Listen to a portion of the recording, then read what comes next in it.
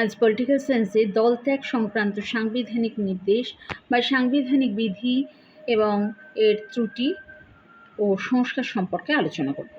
দলত্যাগ সংক্রান্ত সাংবিধানিক নির্দেশ 52তম সংবিধান সংশোধনের মাধ্যমে সংবিধানে 101 এর 3 ক এবং 102 2 এবং 190 এর 3 ক এবং 191 2 ধারাগুলো সংশোধন করা হয় এবং 10ম তফসিল যুক্ত করা হয়।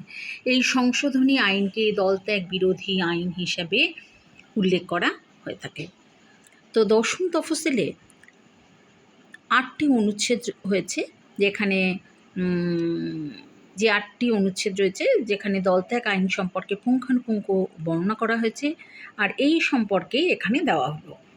এগুলো দেখো, এই সবটাই দিয়ে দিচ্ছি। 1 2 3 4 5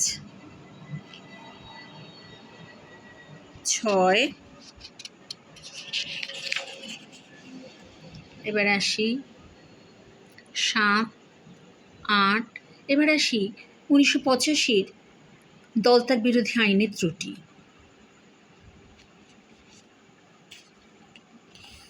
এই ত্রুটি সম্পর্কে প্রথমত, দ্বিতীয়ত, তৃতীয়ত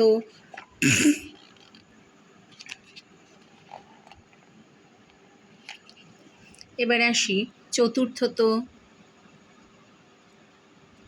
পঞ্চমত, ষষ্ঠত।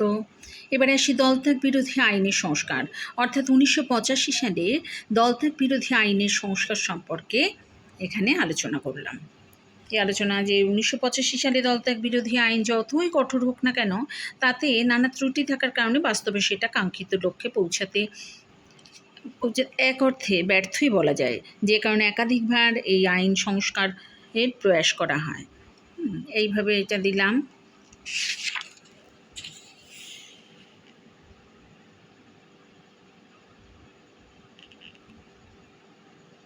এবারে যে কমিশনের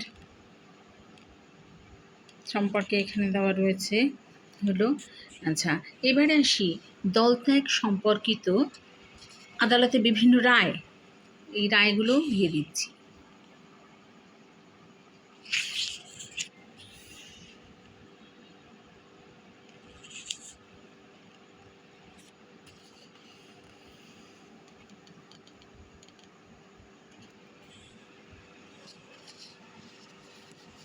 রায়গুলো পরপর তোমাদের দিয়ে দিলাম। এরপরে হচ্ছে মূল্যায়ন হিসাবে বলা যায় যে দলত্যাগ ভারতীয় রাজনীতির ক্ষেত্রে একটা দুষ্ট ক্ষতের মতো। সবটাই দিয়ে দিচ্ছি। এই হলো দলত্যাগ বিরোধী আইন সম্পর্কে আলোচনা করা হলো। তাই আজকের আলোচ্য বিষয় ছিল দলত্যাগ বিরোধী আইন।